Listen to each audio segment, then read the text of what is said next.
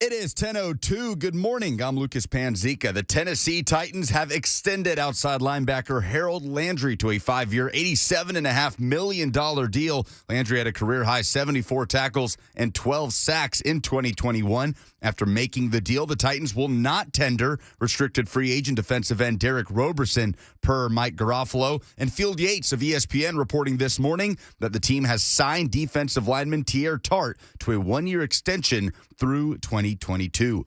A blockbuster trade in the NFL came down on Tuesday afternoon as the Denver Broncos dealt 2 first-round picks, 2 second-round picks, a 5th-round pick, tight end Noah Fant, defensive lineman Shelby Harris, and quarterback Drew Lock to the Seattle Seahawks in exchange for Russell Wilson and a 4th-round pick. The franchise-altering day continued for Seattle as they released 6-time All-Pro linebacker Bobby Wagner. The Nashville Predators grabbed a huge win at home to reclaim 4th place in the Central on Tuesday, defeating the Dallas Stars 2-1 in Bridgestone Arena. Roman Josi with the game-winning goal in the final 2 minutes. The Preds will stay at home to host the Ducks tomorrow night. For all your foundation repair and waterproofing needs, visit USSTN.com. Breaking news at once on your home for the Titans and Vols. This is 104.5 The Zone.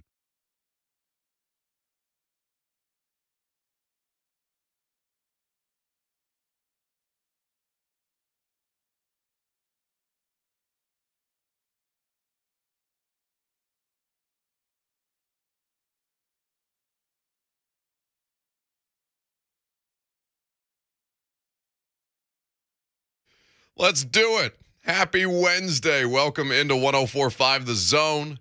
So happy to have you guys in for today's show. Lucas Panzica is making it happen behind the scenes. We got wide open lines, kids. 615-737-1045. Jump in if you like. We'd love to have you. 615-737-1045. My goodness, where to begin? I mean, I guess locally it's Harold Landry, right? You get through the tag deadline. Well, you get up to the tag deadline. People are cursing the name of Titans general manager John Robinson. How could he betray you this way? Not only were you not getting Aaron Rodgers, not only were you not getting Russell Wilson, but it seemed, or at least the way that the internet started to swirl, it seemed like people were in burn it down mode, fire everybody. Because how could they possibly let the franchise tag pass without putting it on the 25-year-old, prime of his career? Pass rusher that was getting ready to hit the open market and get paid. Well, then about 3 minutes before the primetime show last night, honestly, I was kind of pissed. I was kind of pissed at John. I had the whole show mapped out, ready to go. 3 minutes to hit the live stream, and then Tom Pelissero, 5 years, $87.5 million for Harold Honor Landry. Come on down. Where's the fine button? Are you getting fined? No, but I think it's still appropriate. Cashed in, did one Harold Honor Landry.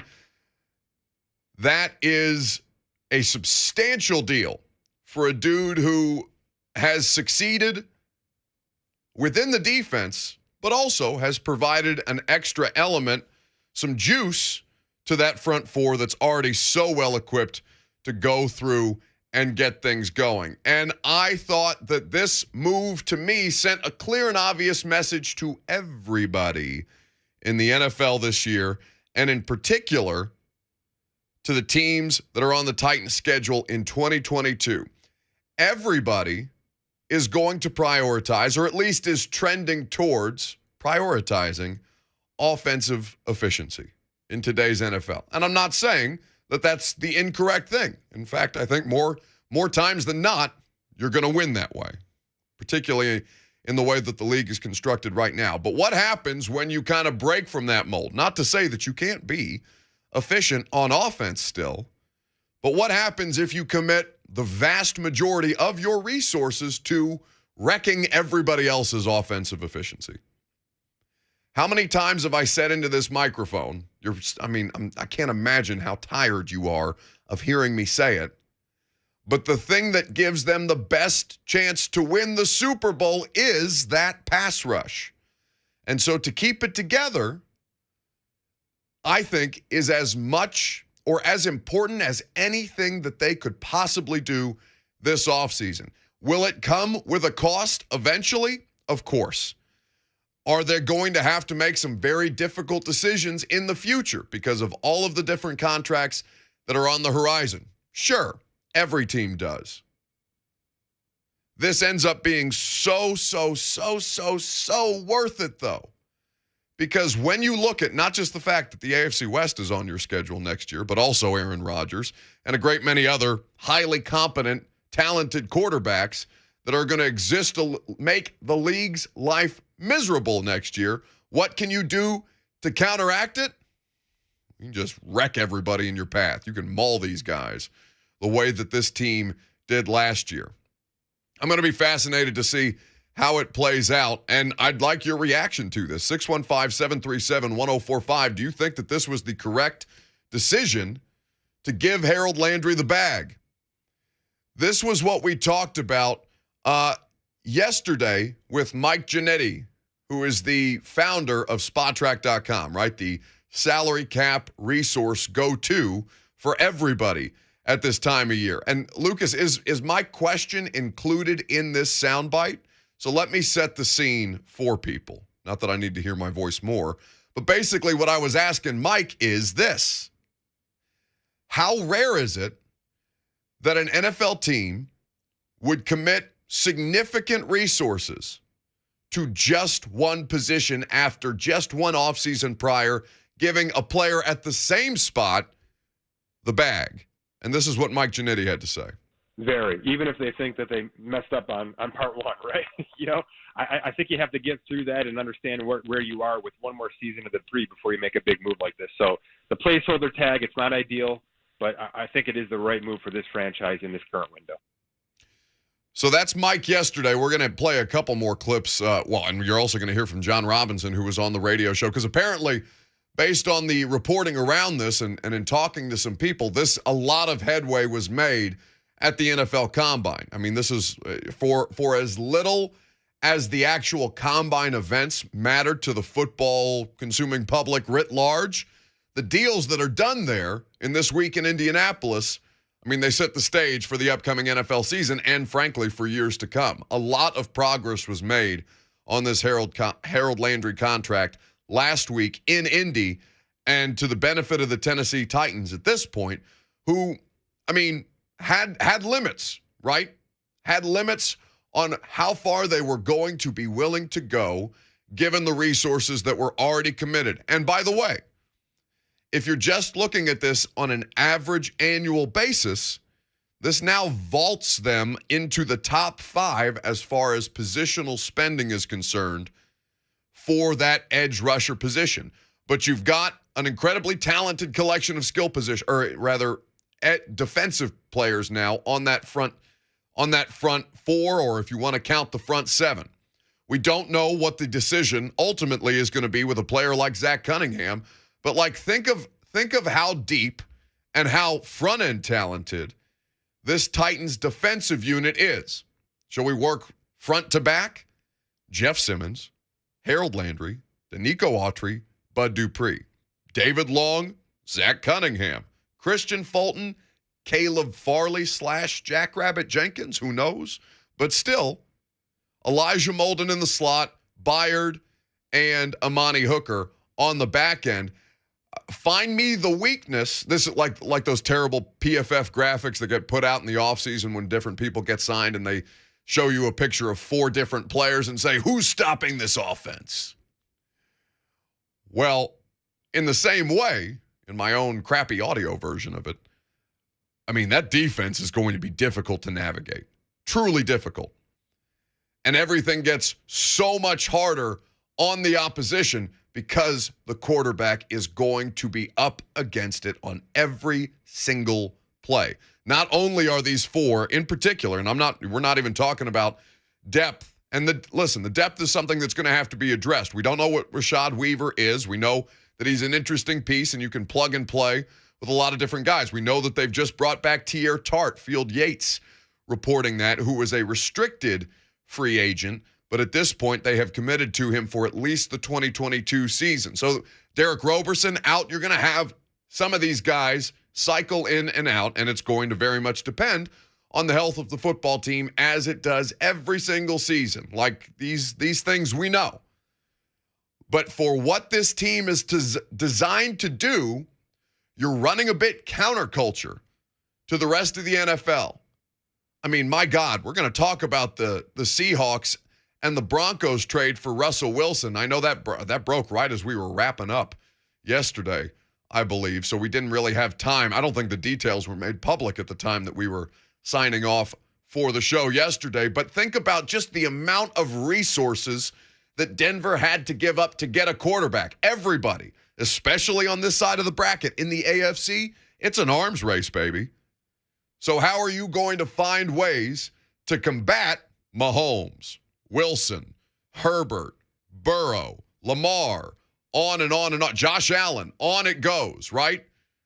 This is as stacked as any conference has been on the quarterback side of things, because at least like during the golden age of quarterbacks, Roethlisberger, Rivers, Manning, Brady, like Breeze, those were Rodgers, those are spread a little bit more evenly.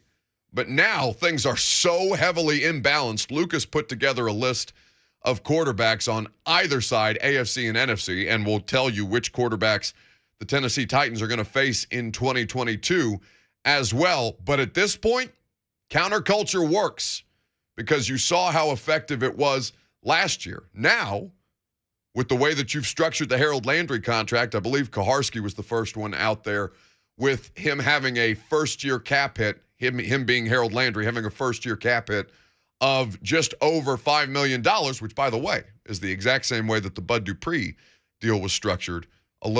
Substantially more guaranteed money on Harold Landry's deal. But regardless, they've got some room to work. They've still got cap space to clear. And we're going to continue to talk about that coming up next. Your phone calls are welcome. 615-737-1045. You'll hear from Titans general manager John Robinson coming up next.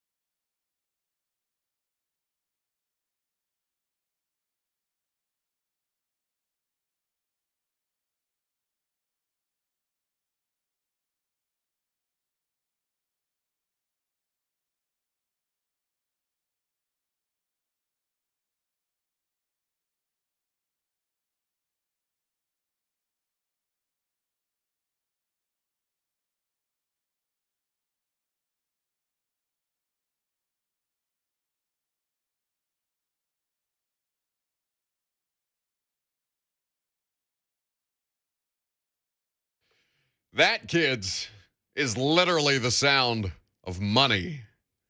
5 years, $87.5 million for Harold Landry. Coming off a career year for the Tennessee Titans.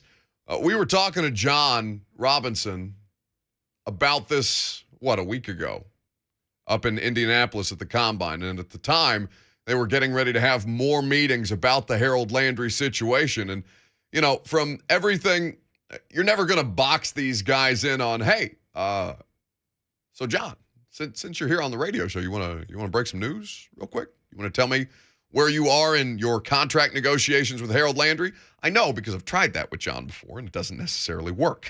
It just tells you those are club business, or that's club business, and we're at this point, we don't discuss that publicly. So instead, we asked him to do a cost-benefit analysis of what it looks like to sign a player like Harold at the time. And I thought his answer, and in saying that they were committed to getting Harold Landry, I thought it was pretty enlightening at the time. Yeah, Harold's done a great job. He's a guy that we thought a lot of when we traded up and took him.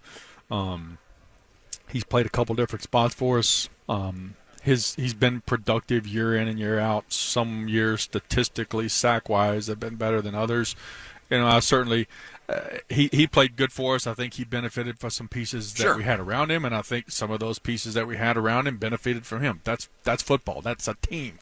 But we're working to try to keep Harold. We've had some discussions. We'll have another meeting this week, and then we'll talk after. And we've got a couple weeks here before the deadline, and when free agency starts. And we love Harold, and we want to try to keep Harold, but that balance of how far can you go is something that we have to be mindful of and we have to work through.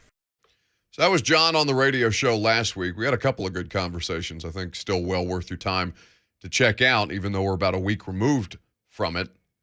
But when they didn't tag him yesterday, Harold Landry, it struck me as interesting because it's a risky proposition, right?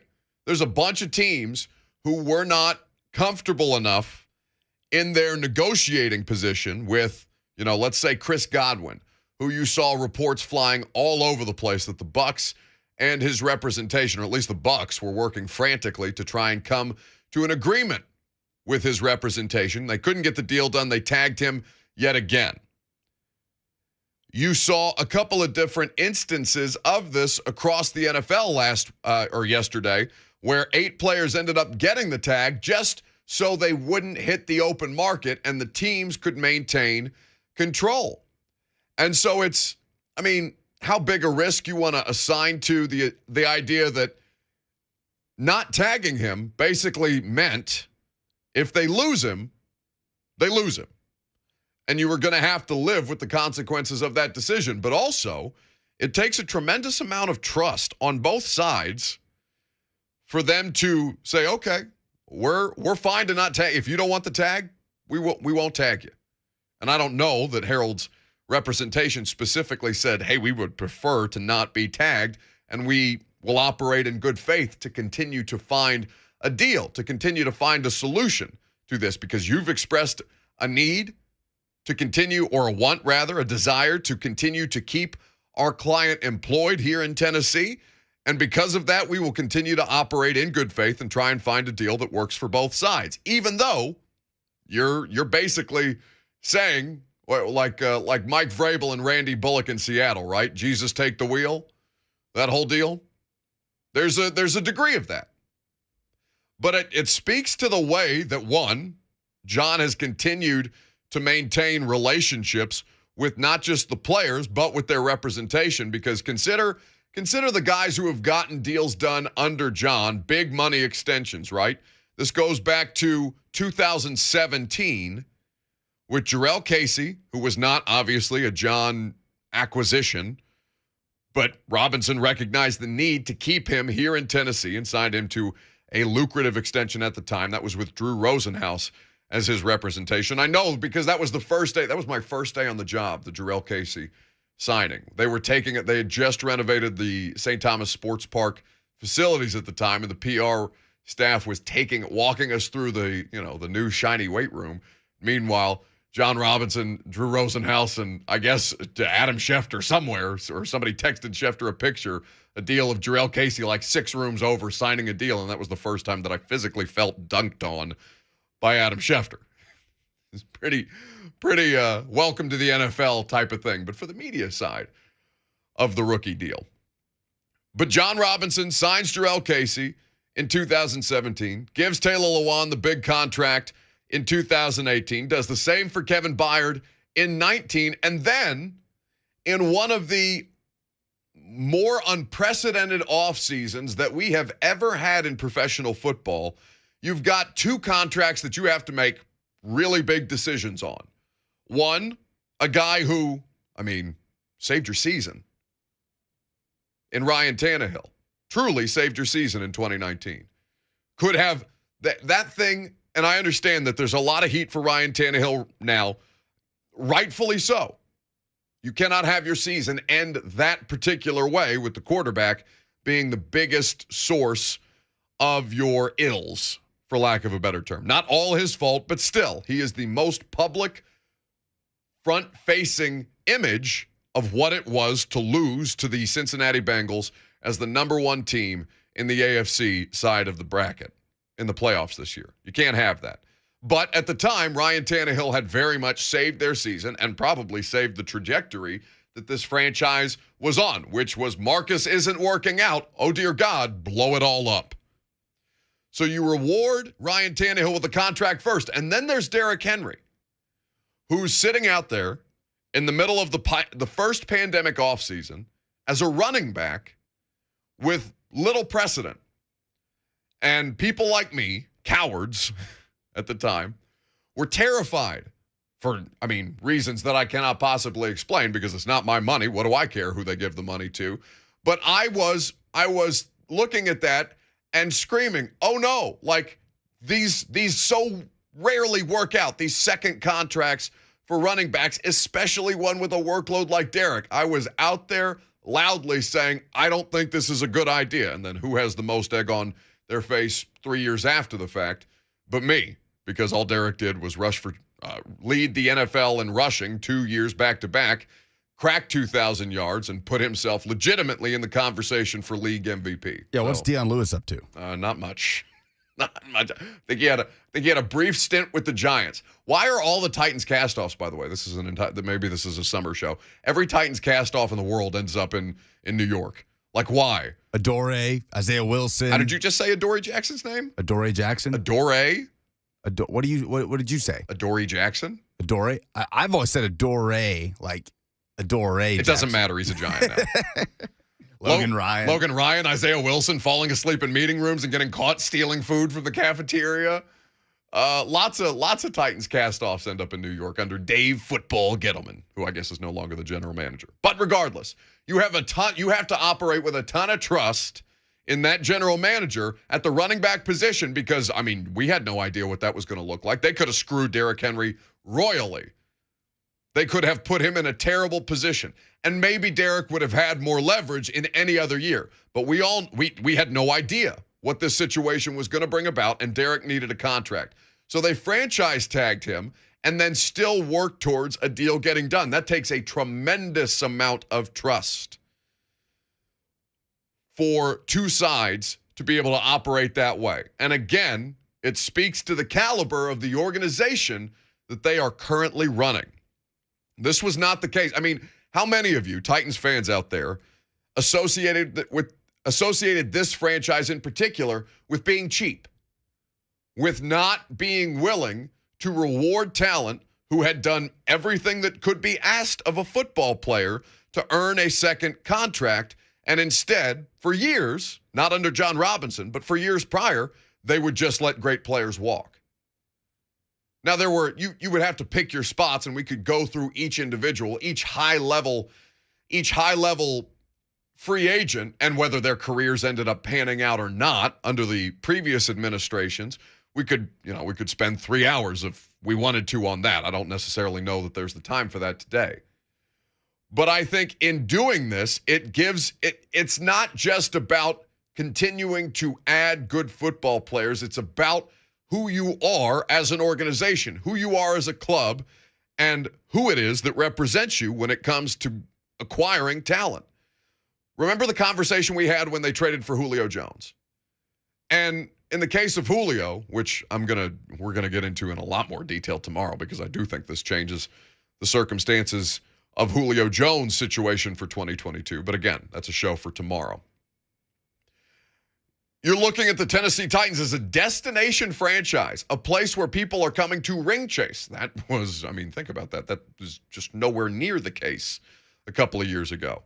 And that's because they've represented themselves well in not just their competency in constructing these rosters, but also in their business dealings, to where players feel like they can come to a place where not only are they going to have the opportunity to win football games and potentially compete for a championship, but also it's going to be a work environment that is going to fit them and make them feel like they can trust their organization.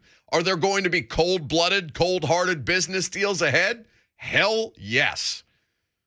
Because they're still $7 million over the cap. And just because Harold did them a solid in taking a first-year cap hit that's going to be, just over $5 million, going to give you some financial flexibility to do this, there's still going to be some bloodletting in the coming weeks. Free agency is just on the horizon, and this team has some work to do.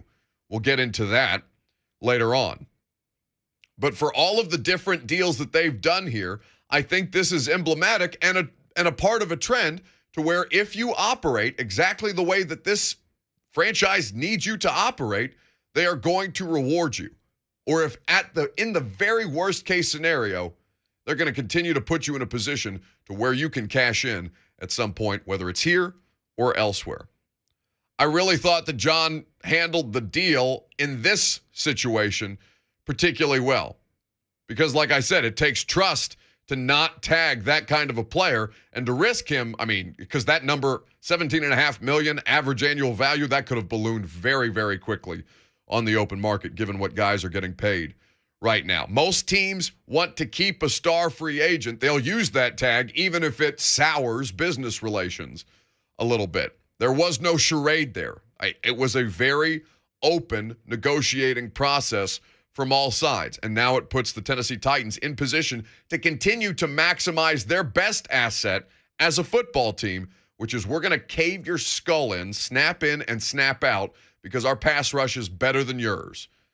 There's not a lot of stud offensive linemen, or at least not a lot of offensive lines that are constructed with studs across the board. You're going to be able to cause some damage, and we'll get into this with Lucas here in just a moment. In fact, Lucas, do we have the quarterback list for the teams that the Titans are going to face coming up in 2022? Who are the quarterbacks that are on the schedule, not knowing the dates as of yet? Sure. Well, we know who the Titans are playing at home and who they're playing away from home. Sure. The Texans and Colts are sort of the wild card. We have no clue what's going to happen in Indy. You imagine Davis Mills. You had something? No. Well, all I'm saying is I know it's not going to be Carson Wentz. Sure. Davis Mills, you imagine, might be the starting quarterback in 2022. Deshaun Watson, we'll get to the latest in that later in the show. So moving past the AFC South, because we obviously know about Trevor Lawrence, the Broncos with Russell Wilson. The Raiders come to town with Derek Carr. The Cowboys come to town with Dak Prescott. The Giants come to town with Daniel Jones. The Bengals come to town with Joe Burrow. When you start looking at the road matchups, that's where the murderer's row kind of comes in. Again, moving the AFC South out of the way. At the Kansas City Chiefs to play Pat Mahomes. At the LA Chargers to play Justin Herbert. At the Philadelphia Eagles to play Jalen Hurts. At Washington, not really sure what that looks like right now. The mighty Taylor Heineke. At Buffalo to take on Josh Allen. And at, or maybe overseas, against the Green Bay Packers to take on Aaron Rodgers. Oh no! Wait, they're not still in contention for the international game, are they? That matchup is in contention for an international game. No. That doesn't mean it's going to happen. That just means it's possible. I don't want to do that. I don't. Well, you don't want to go to Germany to watch Aaron Rodgers take on this pass rush? All right, you know what? Let me not do that, because I think that's just my initial reaction, because my body still has not recovered from the last football season, and I'm physically exhausted, and the idea of an international trip to cover a football game makes me want to just smash my laptop against my head. I think that's just recency bias. Of course, that would be cool, but just the thought of that right now hovering over. I I had to tell our bosses, I was like, I don't want to go to the draft in Vegas, man. One, because it's better for me to do my job here, because we'll, I assume, be operating in person with press conferences directly after they make the picks. But just because the idea of another road trip makes me want to scream. Like, I just physically can't do it. Oh, that's more than a road trip, buddy. Again, right now, what? No, listen. I mean, no, it's really not, because if you try and, like, you see what kind of condition I'm in coming back from Indianapolis, Indiana. All right, if you send me to Vegas for the draft, I may physically not make it. Well, either way, you're playing Pat Mahomes, Justin Herbert, Josh Allen, and Aaron Rodgers all on the road in 2022. And what did you do? You said, all right, you're going to load up on that side of the ball. Every other team in this conference, we're going to go the other way. We're going to take all of the pass rushers and we're going to come for your neck. That's really the way that this team is going to succeed moving forward. And we'll get into Lucas has all kinds of lists today. We'll get into the balance of power in the AFC and the NFC coming up next, because we still have not talked at great length about the Russell Wilson acquisition. But you know who you're in great company today. You know who else has a list right now? I'm looking at Stephen A. Smith's list. So, not just Stephen A. Smith list. Who is standing? Chris Mad Dog Russo. It's right a Mad Dog him. Russo Wednesday. Say it to me. Say it to anybody. Say it to somebody. That top 5 in the AFC looking pretty good. This is what's shooting ratings through the roof. Two men. One who's at least in his 60s. Another who has been at the peak of his powers, consisting of top 5 AFC quarterback lists. So many hand motions. 615-737-1045. I guess the question, do you like the direction that your organization is taking? Because, again, not every team is going to be able to do the things that, say, the Broncos or the Chiefs around Mahomes, or the Chargers with top 5 cap space around Justin Herbert this coming season. Not every team is going to be able to load up the way that a lot of these teams in the AFC are. But given the direction that the contenders are heading, do you like the direction that your football team is taking? We'll talk about that and get into this Russell Wilson trade, because, oh dear God, that's next.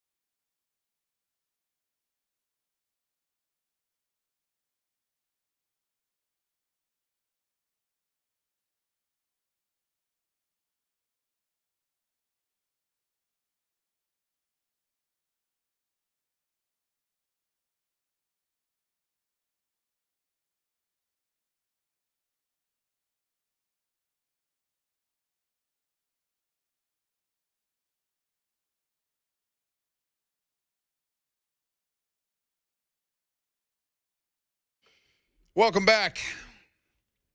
Sun is shining here in beautiful, sunny, scenic Nashville, Tennessee, especially if you're Harold Landry. Happy payday. Well, I guess that was yesterday. I saw Darren Bates tweet that they're all going to dinner tonight, and he said, I know who's paying, and I know who's not paying, with the waving emoji. So I guess Harold Landry's on, he's got everybody on the tab tonight at dinner, wherever they're going to end up. But again, by the way, congrats to Harold. We didn't say that. Like, that is really, really well deserved. I feel like it goes without saying, but he does deserve this contract. Because it was funny, right? You have people screaming about the idea that, and again, this is one of those moments where you have to remember that social media is not a real place or not the real world. It's just the worst of the real world, all aggregated into one place for you to pull out of your pocket every time and for somebody to mother bleep you about whatever they want. It's a terrible thing. But you had people on the one hand screaming that they didn't tag Harold Landry yesterday, and then, he gets the contract at 7:57 last night, or at least that's when it was first reported. And immediately my mentions fill up with, $17.5 million. It's too much. It's just too much for a player who hasn't produced. What do you want? What can I do to make you happy? It's a losing proposition either way. 615-737-1045. And on the idea, by the way, you can tweet the show at Buck Reising, at Lucas Panzica on Twitter, on the idea that the Titans would still be technically eligible to play an international game next year. Our buddy Lebowski tweets us, come on, Buck, NFL in Munich, possibly near Oktoberfest dates, and you are not considering you could call the show Bucktoberfest all week. He tells Lucas to get me in line. Oh, that would be so much fun. Well, I mean, I saw you tweet back that you'd get on a plane. Don't you have you have responsibilities? I'm getting on that plane. Well, they have direct flights. You know this now. BNA does. Over to Europe? Yeah, I just took one. I had to go to Frankfurt, right, to get to Egypt. You went direct from Nashville to Frankfurt? Yeah, because I had to come back from Boston because that was Patriots week, and I'm still furious at Madison Blevins because she had a wedding on the Saturday night, flew to Boston Saturday night after the wedding, got to Boston 2 a.m., covered the game, came home, bought the wrong ticket home. So by the way, I still have to technically cancel my Delta flight that's scheduled for March 28th as opposed to December 28th. And then get on a 22-hour international flight to get to Egypt, which was spectacular, by the way, and made much easier because there was a direct flight out of Nashville to get me to Frankfurt to then go to Cairo. They don't got direct flights to South America. I got to go to Toronto before I go to Brazil. Oh, really? You got to go up before you go down? Go up before I go down. Very interesting. But the idea of the Titans playing in Allianz Arena in Munich, like where Bayern Munich plays, one of the iconic soccer venues in Europe, would be fantastic. I mean, awesome. I covered. All right, Larry David, fantastic. I covered the London game, the Chargers game. That was Mike Vrabel's first season. That was the win it all, no overtime game. That's as mad as I've seen Mike Vrabel after a game when they decided to go for two and you throw a pass to Taywan Taylor in the back of the end zone. That was before Derrick Henry was starting to really get going. At the time, that was still the LaFleur offensive coordinator regime. He walked into that press conference with us in Wembley, and I mean, when he's walking out, you just hear him slam a giant fist against the wall that I swear to God made the press conference room shake. He was livid about the way that ended. 615-737-1045. Bam is in Nashville up first. Good morning, Bam. What up, Buck? How you feeling, brother? I'm well, boss. Man, first off, thank you for taking my call. Second, I like what we did with Harold. I'm loving what we're doing with the defense, but I'm not going to be really comfortable until I see what offensive moves we're making. Okay, clearly we're stuck with Tannehill. All right, yeah, we know, it was kind of that maybe it may happen, maybe it's a dream, but we know reality, But now, when it comes to this tight end situation, whether we go get Zach Ertz or somebody, or, they're going to get somebody in the draft. Yeah. Whether they get a third, receiver, we still got Marcus Johnson. I don't know if he's able to come back. He's an unrestricted free agent, him and Chester Rogers both. So because I wrote today about Julio Jones, your depth is it's non-existent right now at the wide receiver position. Right. So I still would like to possibly see Juju come around, or who knows if Metcalf may walk from there. I just think we need to shore up certain things, and there's guys in free agency that would be great missing pieces and veterans that can possibly help put us over the top. So my biggest thing is the concern for where we are offensively, and if we gonna base this around Ryan, then we need to go get guys that can make the plays for him, because those young guys coming out, of course you need them because they're going to be the future of your team. But if we don't win this year, this team is finna bust up, and the AFC overnight has gotten drastically scary.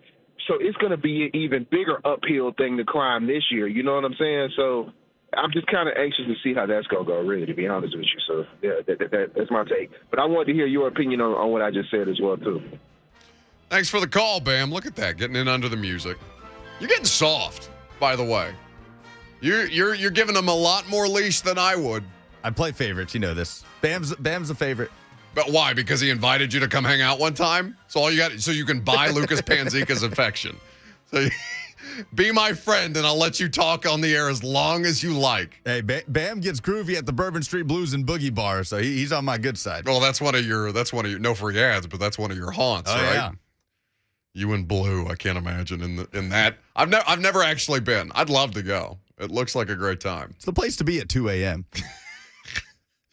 Buddy, if I'm still out at 2 a.m., it's either the combine or something has gone terribly, terribly wrong in my life for me to stay. I go to bed at like 9:30 now. I get done with prime time and I crawl into bed after the fact. But to Bam's point, you're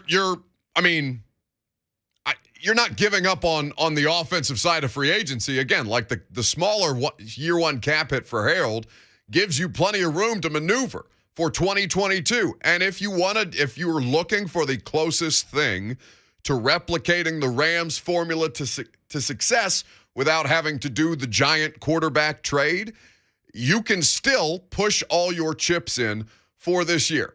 And listen, this comes back to, because Lucas and I had a conversation after John Robinson kind of broke down in tears at the Combine about how much time we actually wanted to spend on that moment. Because I was probably being more cynical about it than I should have.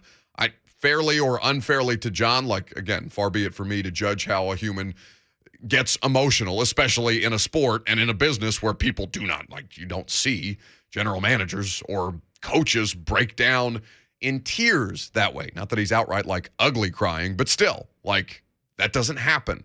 If you want to take anything legitimate away from that, is that he's as pissed about this as you guys are.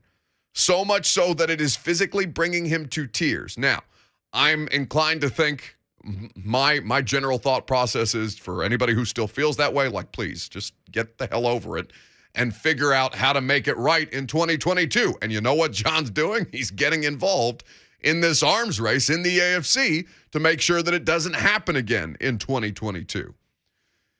You can still do this with Ertz, and whether you're going to explore the wide receivers in free agency, I'm going to make the case tomorrow for getting rid of Julio Jones with this new Harold Landry acquisition and what that opens you up to, because you still need offensive playmakers to help be great around this quarterback, because he's your boy moving forward. Now, and I don't want to hear any other, Tom Brady to the Titans, nothing else, none of it. It's done. It's Tannehill. Let go and let God. But you can still get involved with this all-in formula. You just have to understand that at some point the bill's going to come due. And if you're not worried about that because the ultimate goal is the Super Bowl and that makes it worth it, then yeah, you can still do that this year. When we come back, we're going to get into a discussion about the dumbest thing in sports this week. We still haven't gotten to this Russell Wilson trade. Deshaun Watson, apparently there's movement on that, and the quarterback-thirsty teams are once again thirsty for the guy who has a alleged thirst issue. We'll talk about that coming up next after we do the dumbest thing in sports.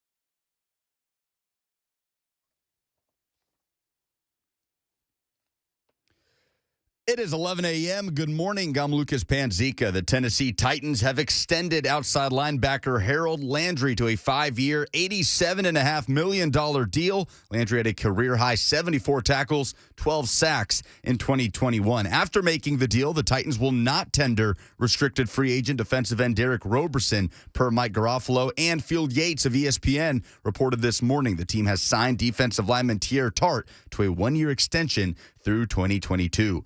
A blockbuster trade in the NFL came down Tuesday afternoon as the Denver Broncos dealt 2 first-round picks, 2 second-round picks, a 5th-round pick, tight end Noah Fant, defensive lineman Shelby Harris, and quarterback Drew Lock to the Seattle Seahawks in exchange for Russell Wilson and a 4th-round pick. The franchise-altering day continued for Seattle as they released 6-time All-Pro linebacker Bobby Wagner, who joined the team the same season as Russell Wilson. A development in the case of Houston Texans quarterback Deshaun Watson, as a grand jury will be presented evidence of the civil cases filed against him on Friday. Watson's attorney made it clear that he will plead the 5th. For all your foundation repair and waterproofing needs, visit USSTN.com. Breaking news at once on your home for the Titans and Vols. This is 104.5 The Zone.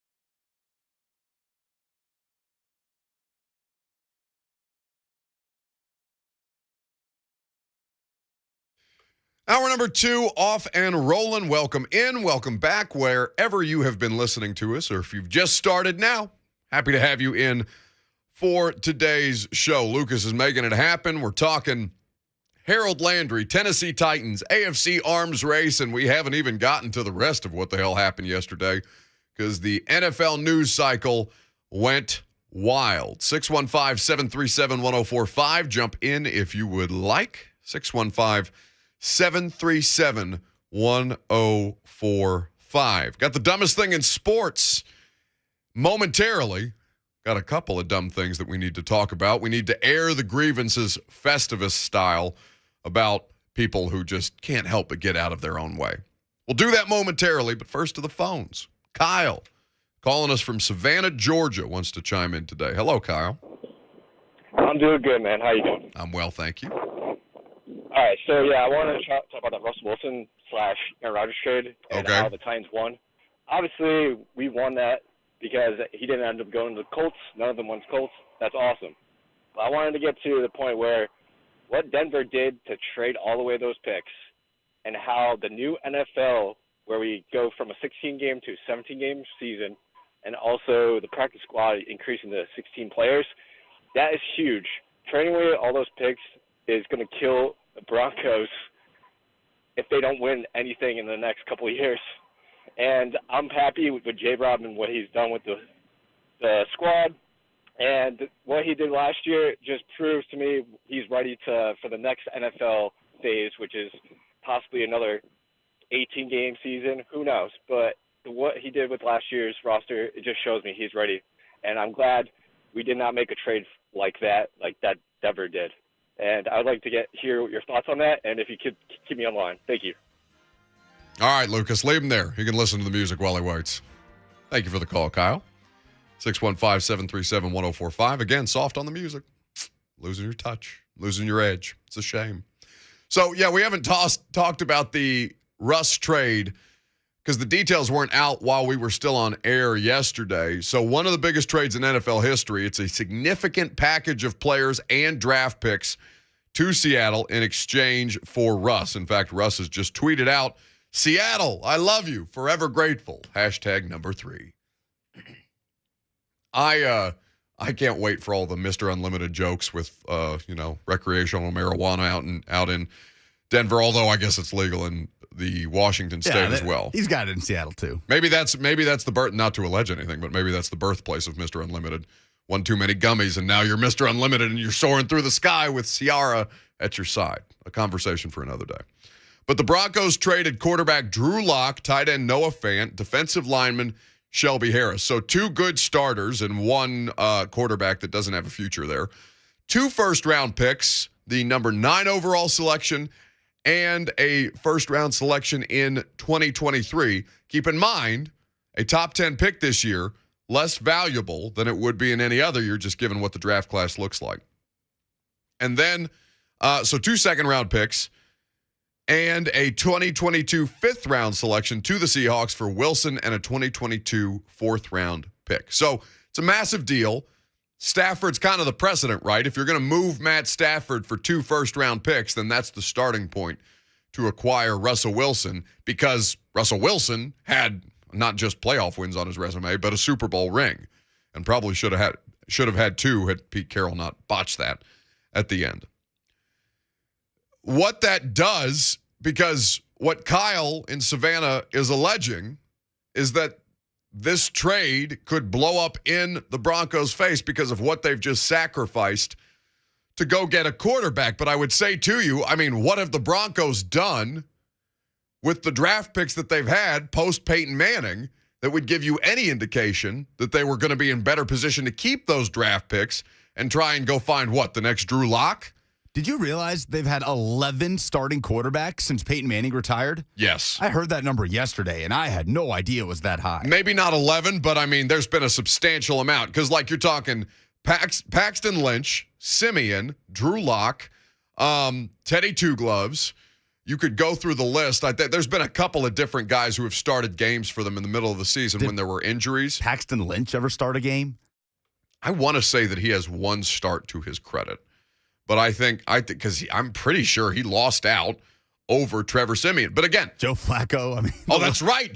Oh my God, Joe Flacco beat the Tennessee Titans. How 16 could I possibly forget the worst football game that these eyes have ever witnessed? 16-0. Marcus Mariota benched, Ryan Tannehill helpless, and Joe Flacco and the offense by pass interference down the field. Not just beating the Titans, but shutting them out in ways that I was disgusted. I'm still disgusted to my core about that football game. Yes, the mighty Joe Flacco era of the Denver Broncos. So yeah, I mean, if you'd have told me 10, I wouldn't have been shocked. 11, I couldn't name all 11 off the top of my head, but again, that's how forgettable Broncos football has been post Peyton Manning. So you're telling me, stick with the draft picks. If this doesn't pan out, then you're banged. Well, they've been banged. Like, they've been terrible. They've been down horrendous for the past couple of years. Because Manning's almost been retired for 10 years, right? 2015? Well, I guess not, maybe that's a bit dramatic. But he's been retired for the better part of a decade now in the NFL. That's probably the better way to say it.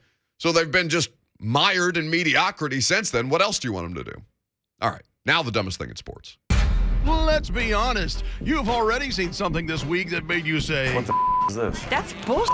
What the hell? Give me some more now. Something so mind-numbingly idiotic that you just want to get it off your chest. Dumber than a second coat of paint. Some idiot. You are really dumb. For real. It's the dumbest thing in sports this week on the Buck Reising Show. Load them up. 615-737-1045. What's the dumbest thing in sports this week? Let me know. Now is the time to get something that you've seen in the world of sports off your chest. Mock it ceaselessly, because that's what we're about to do. I shall start the proceedings, if that's okay with you, Lucas. Inside the NBA, we are all familiar with the best. I mean, it's inside the NBA and College Game Day, right? For the best, I guess College Game Day is not technically a studio show, but it's an on-location studio show. So, the best kind of sports programming around games, College Game Day, and Inside the NBA on TNT. It's one of the best post-game shows out there. It's the only one that I honestly can get myself to pay attention to, because the rest of it is just kind of an infomercial to get you from game to game. So they broadcast games on a weekly basis. They have a rotating cast now because Ernie and Kenny and Charles and Shaq, they have other things that they want to do with their life. So now they're working Dwayne Wade and other people into the rotation. But anyway, so I'm watching Inside the NBA the other night, and Kenny Smith and Shaq are arguing amongst themselves about gas prices, which are being argued all over the place right now. And with President Biden yesterday saying that they were going to that the United States was no longer going to be taking in Russian oil at ports. I expect that is going to continue to be a topic of conversation. So Shaq and Kenny are arguing about what it is to fill up a tank of gas because, Kenny Smith apparently just bought a new car and it's costing him $80 every time he fills up at the pump. Here's the clip. Education. Yeah, go ahead. Because I told him I didn't want to get a certain vehicle because of the amount of gas I would have to spend. Yeah. It costs like $80 To fill it up. And he Right. said, then you said. When it gets to half, then you put $20, you bring it back to full. Yeah. But if I keep doing, I would have to stop more often and still spend 80. No, you wouldn't. No, you wouldn't. Why? You're complaining about when it gets to 0, you spend 80, right? When it gets to half, you put 20. Then when it get back to half, you put 20. Yeah, but I'll keep stopping, putting 20 in, and it'll be 80, Kenny. the same amount of gas. I'm driving the same amount of gas. The average human stops once a week for gas, right? With you only work here twice. You would probably have to stop maybe once every 2 weeks. Don't even try it. This is bordering Nobody on. travel more than me. This is bordering on what's closer, the West Coast or the moon. So This wait, is bordering on that. You're telling me that I wouldn't have to if I didn't let my gas get down, I wouldn't have to fill it up as much? No, I'm saying you're complaining about the $80. That's what the conversation about. You. But 4 times 20 is 80 because I'm gonna stop 4 times. No, you're not gonna stop 4 times. No, you're not gonna stop 4 times. Not in 1 week. You're not. Anyway, Kenny, the West Coast is closer than the moon. if you let it get to 0, All right, go ahead and fade it down, Lucas, because they continue to go back and forth at this. The basis for the conversation is Shaq saying, Kenny, $20 is half of $80. And that's where the argument starts, okay? Meanwhile, Ernie Johnson has his head in his hands. It's the first time in my life I think I've seen Charles Barkley unable to speak because he is cackling at these two arguing. By the way, Shaq making this argument, that's not the dumbest thing in sports this week. The dumbest thing in sports this week is every one of the rest of us who works in this industry because Shaq and Kenny arguing flawed about gas prices and what it takes to fill up a tank of gas nowadays and how to save more money.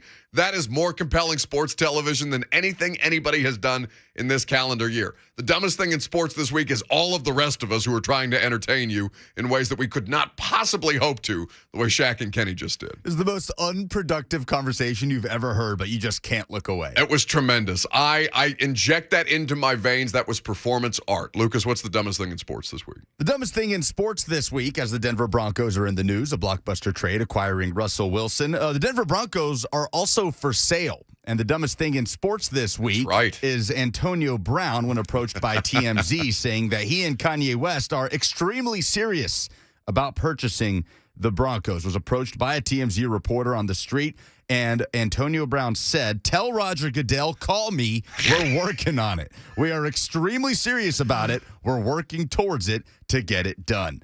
Look, Antonio Brown is a very rich man. Yeah. I do not know his net worth. Kanye doing okay. Very rich man. Doing okay. The Denver Broncos are worth approximately $4.1 billion. I'm not saying that combined they couldn't generate that money. Certainly Kanye would have to hold a much larger percentage of it, you would think. Well, and God knows what Antonio Brown's spending habits are like. But let's just think about that for a second. A Kanye West and Antonio Brown owned NFL team and what that would look like. Like, is it too late for Russell Wilson to turn back around if that was to be the case? It obviously won't be the case. Kanye West is the guy that's charging you very high amounts of money for albums that are not finished yet. A musical genius, but no, not an NFL owner. So my dumbest thing in sports this week is the idea of Antonio Brown, and I'm laughing just saying about it, and Kanye West owning an NFL team at meetings, Can you imagine? Chatting with Roger Goodell on the side. Antonio Brown is negotiating the CBA with Jerry Jones. I want this to happen. Takes off his shirt and just storms out of there. No, it's just sorry, it's not going to happen. Can we start a GoFundMe? Because I know they're gonna need a little help. Like, I am down to help crowdsource Antonio Brown and Kanye West buying the Denver Broncos. It would just use it because Antonio Brown's making music now, so they would just use it to sell their music, and it would just be just a huge mess. I'm going to alienate a good portion of our audience when I say a joke that our buddy Buckethead made, one of the listeners to the show. I don't know how many people are paying attention to the life and times of Kanye West and Kim Kardashian, but Buckethead tweeted last night, "I hope Pete Davidson comes in and takes the Denver Broncos from Kanye too." Pete Davidson would also probably make a terrible NFL owner. It's all dumb. Oh, Oh, delightful. That was just complex sports. Snuck that into the NFL news dump as Mike Williams is getting $20 million a year and Aaron Rodgers is getting 50 and Harold Landry signing deals. Yeah, Antonio Brown, Kanye West, joint ownership of the Denver Broncos. The idea of Antonio Brown saying, "Tell Roger Goodell to give me a call." What do you think Jason Martin would do? Noted Broncos fan Jason Martin. Well, I think he likes Kanye West music, but I don't know that he wants Kanye West to own his team. I think that would be delightful. I think he should just go along for the ride. When we come back, your calls on the dumbest thing in sports this week. You got anything that can top us? We invite your participation. 615-737-1045. Jump in if you like. That's next on 1045 The Zone.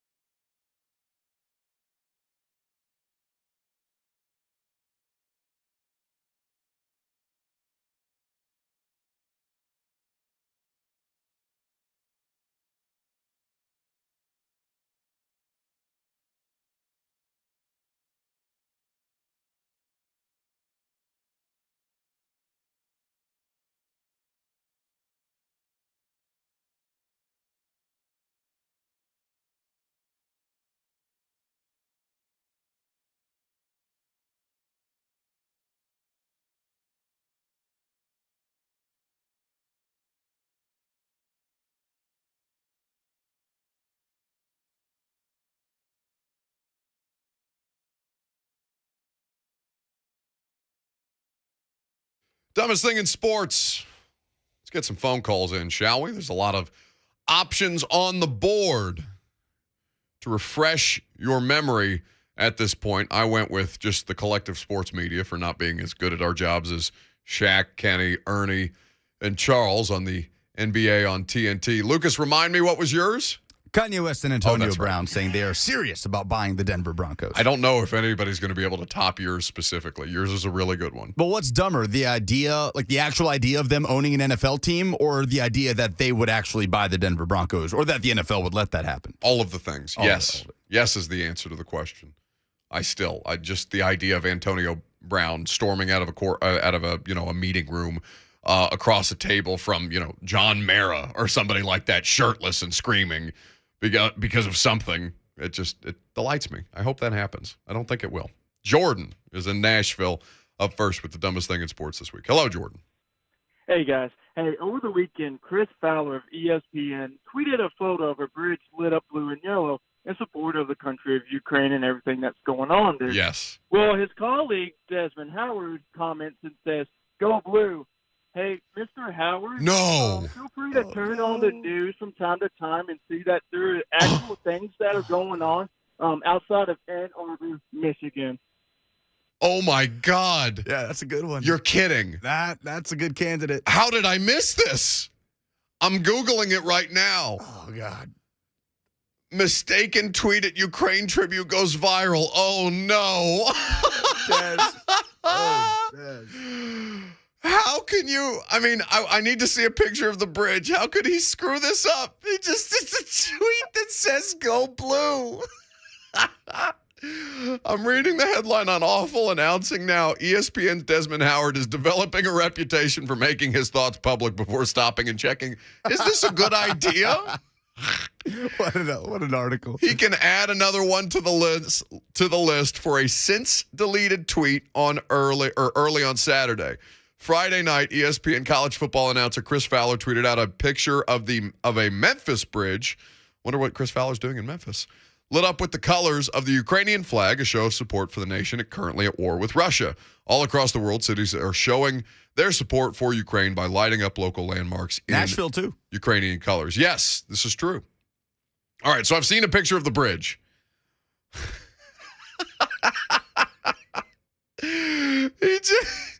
It's just the picture of the bridge, no context, like there's no, I stand with Ukraine hashtag or whatever. And so Desmond Howard thinks this is just a bridge lit up in the colors of the Michigan Wolverines. Go blue is so. I mean, have some self-awareness. Like how do you think he found out? Like, who do you think told him first?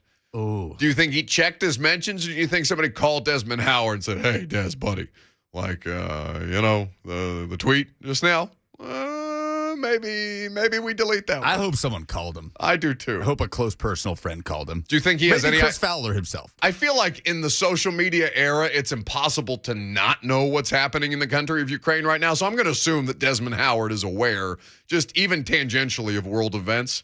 But that is just tremendous lack of context there. Wow. Tough scene. Gator Hater is up next in Nashville with the dumbest thing in sports. What's up, Gator? Brittany Griner smuggling drugs out of Russia. When the plane lands in the United States, she could go to any corner store and buy the same thing she's trying to smuggle. The details on this, and I'm glad that Gator brought it up because this should be the biggest story in sports, and it's being, criminally under-discussed. So Brittany Griner, who is obviously one of the biggest players in the not from a stature perspective, but one of the most famous players in the WNBA. She won a women's title at Baylor, if memory serves. Yep. She's one of the world's best basketball players, and a lot of these WNBA players, by the way, they play in Russia because you can make more money there in the offseason. This is something that women's basketball players have talked a great deal about. But she's been detained, and this is going on weeks. Like, it's just now starting to bubble to the surface, and she's been detained for a significant amount of time right now. Detained in Russia on what customs officials described as drug charges. I'm reading the New York Times right now.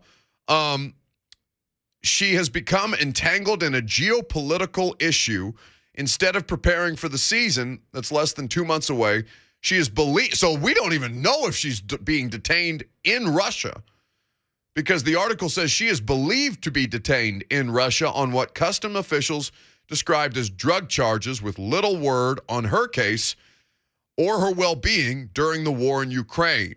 So she is accused, or she was caught, smuggling in hashish oil, like vape cartridges. Yeah. In her luggage.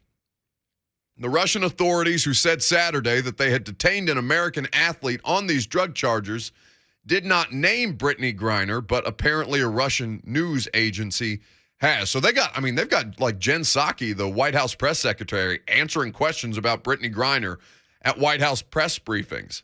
Well, I've read that her people don't want it to be a big major story. They don't want it to be an opportunity for Russia to, make her an example, make it a symbol, keeping an American athletic star in their country. So they think that this would give the Russians leverage if the story gets more traction, because then then the United States, you can't have an American citizen detained in Russia right now without, trying to do something, regardless of what you think, because obviously Gator Hater has nominated it for the dumbest thing in sports. Yeah, don't smuggle drugs internationally, or don't attempt to smuggle drugs, even if, whatever the definition, however we're loosely defining drugs, if it's illegal in Russia, don't do it. Like the idea of Russian prison or Chinese or whatever, ill-advised. Yeah, I think a lot of people think making it a big national. You're right, it should be a bigger story, but I feel like on their end of things, they would rather it not, because that has the opportunity to turn into something more. They just want to get it done and get her out. Representatives for Griner have declined to comment on her status beyond a statement that they were working to get her back to the United States. The uncertainty has caused an outpouring among fans and supporters of Griner, a groundbreaking player known for her unmatched athletic ability and her standing as one of the most prominent gay athletes. So you've got a congresswoman in Houston, which is where Brittany Griner's from. They started the Free Britney movement, which is, the second of the Free Britney movements to come about in the last calendar year. But, can you imagine being her family right now? I don't know. Is Brittany Griner married? I don't know. I'm not sure, but it's a scary situation. Man, yeah, I understand what Gator Hater is saying, just don't do it. International, especially with how difficult it is to fly. I know, because I've just done it over the Titans bye week. To fly internationally right now, it's a nightmare. It was worth it for me to go see my family, even though it was 2 days on the Titans bye, because that's the window that I had to go. But it's the first time that I've flown, obviously, internationally during the pandemic. It is nightmare fuel. And on top of that, you're going to put this kind of stuff in your luggage when you know that you're skirting. It's different because, how many of us listening out there or involved, not to incriminate anybody, but how many of us out there know somebody who's gone to Denver and come back with gummies in their check bag because you think that you can slide one by TSA or something like that in states where marijuana products are illegal? I'm sure every one of us knows somebody who's done that, since states like Colorado and Washington State and New York, everywhere else that is legalizing medical marijuana, if not recreational marijuana. There's probably somebody in your life who has done this. But when you're talking about especially Russia, man, you have to be on. You just can't allow for something like this to happen. That doesn't mean that you can't be sympathetic for her, because to be detained in a Russian prison as a giant gay female athlete, that is, I can't imagine what that looks like for her. Yeah, it's a scary situation. So I can imagine them wanting to keep that as down low as possible for it to not turn into an opportunity. Oof. 615-737-1045.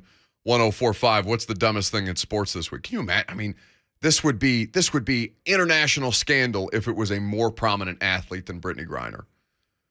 Man, I can't imagine what that feeling is like. Anyway,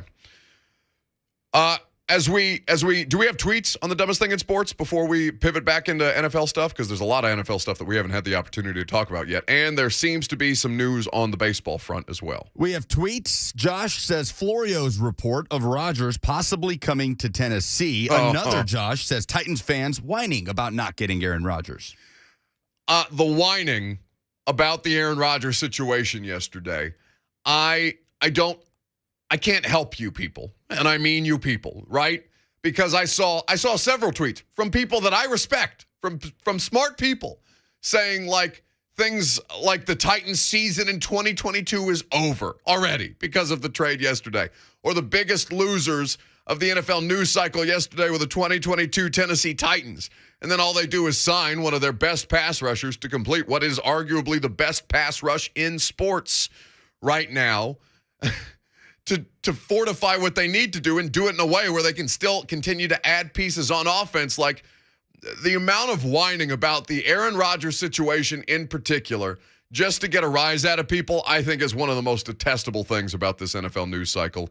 And I cannot help people like that. Nor am I going to try anymore. Like, it's not like I'm putting myself out to try and drag people along for the ride to be like, no, you idiots. This is not what's going to happen with the Titans quarterback situation. I'm through that stage of the grieving process. But for the amount of John Robinson should be fired for not trying to get Aaron Rodgers yesterday and then doing what made the most sense for the football team at the time, which is continuing to pay homegrown talent who has done nothing but prove itself here rather than put yourself out because you want to flirt with the pretty quarterback. That is going to continue. We could recycle that as the dumbest thing in sports this month, and now several months, because it just has been an unprecedented, unrelenting misery in all of our lives, which is ridiculous to say about a Hall of Fame quarterback. Reed is in Nashville up next. Hello, Reed. Hey, I just want to talk about the dumbest thing this week in sports. Okay. Let's talk about the whole Kanye and the whole Antonio Brown situation. Well, how realistic it can possibly be. Mm-hmm. Back in 2020, my son turned 18, first time to vote. And, of course, Kanye was on a Tennessee ballot. And we don't talk about who you get to vote for or anything like that because, in the South, you don't talk about religion or politics. I asked my son, I was like, who did you vote for? He's like, I voted for Yeezy. So it's possible. Be careful out here. Oh, no. A warning from Reed. Listen, Reed. Do not take this lightly. Reed doing a PSA, a public service announcement. Thank you for the call, Reed. 615-737-1045. Kanye, so this was during the 2020 election, right? Kanye qualified for the Tennessee presidential ballot. And I think in Tennessee, he got the highest percentage of votes elsewhere in the country. He did that here in Tennessee, and he was on the presidential ballot in November of 2020. That seems like an eternity ago, by the way, November 2020. But yes, he was on the ballot with his running mate, Michelle Tidball, who was his 57-year-old spiritual coach from Cody, Wyoming. So it could have been Kanye and Michelle 2020 if Tennessee had gotten its way. Unbelievable. He announced, I'm reading the AP story on this. He announced his presidential bid in July of 2020, saying he's seeking the nation's highest office on a ticket he called the birthday party. I love Kanye. That sounds like something you ask like a 5-year-old kid at what their political What party is. are you, Johnny? Republican, Democrat, or moderate? Oh, I'm a member of the birthday party. You can't make this bleep up. Read with an exceptional warning. Don't underestimate Kanye because he'll end up on your presidential ballot.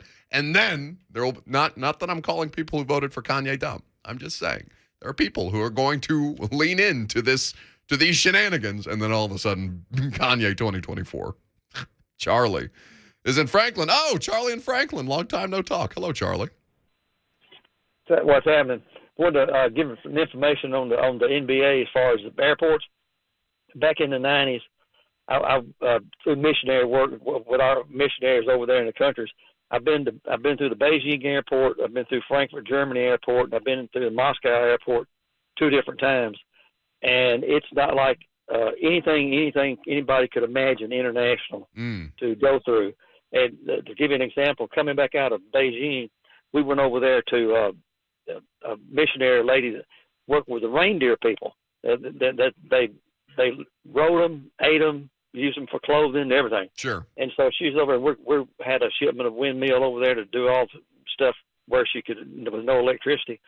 Well, this one of the idiots of the 7 of us that went, he carried his grandfather's hammer. We had everything shipped over there in containers. Oh, no. Well, he decides he don't want to leave that hammer.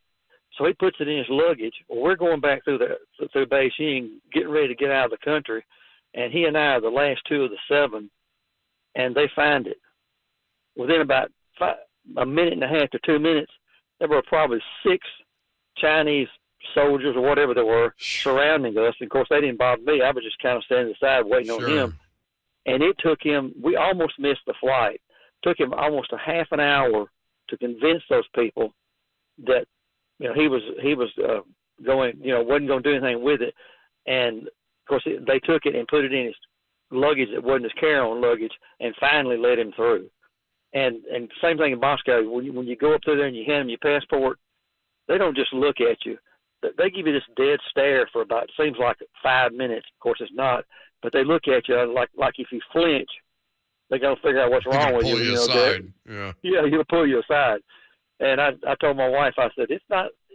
I couldn't believe that somebody, like you say, could go down to the corner store and buy that stuff, would try to smuggle it out.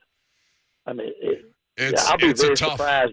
It's a really, really tough look. Gets out of it. Yeah, here's hoping that she does, because I can't imagine. I mean, her family must be horrified. Of course, we're talking about the Brittany Griner situation. That was that's a different Charlie in Franklin, multiple Charlies in Franklin, calling the show. 615-737-1045. Yeah, I've done enough international travel in places. I mean, when we adopted my sister from China, like just the entire process of that. Which one of the Ball brothers tried to steal a pair of glasses in China when UCLA was over there playing, and like Trump had to I think Trump had to pardon, like to or negotiate a pardon with the Chinese government at the time. Was it LaMelo? I think it might have been LaMelo. No, it wasn't LaMelo. No? LiAngelo, like the forgotten Ball. Can we put it on a poll? Who's the forgotten Ball brother? LiAngelo, LaMelo, or Lonzo? 615-737-1045. What a ridiculous time in American history. You've got LiAngelo Ball doing crimes in China while UCLA is over there playing, and President Trump having to negotiate deals with the Chinese government to get him the hell out of there. Unbelievable. Don't bring a hammer on your carry-on, kids. Yeah, don't do that. We got to remind Allen Kirby of that every once in a while with his, Jack Hawk 9000 knives that he has sitting in his boots or something like that. I'll just explain to them that it's for... When we come back, we'll give you the latest on Deshaun Watson. There has been some developments, and now apparently teams are after him. That's next.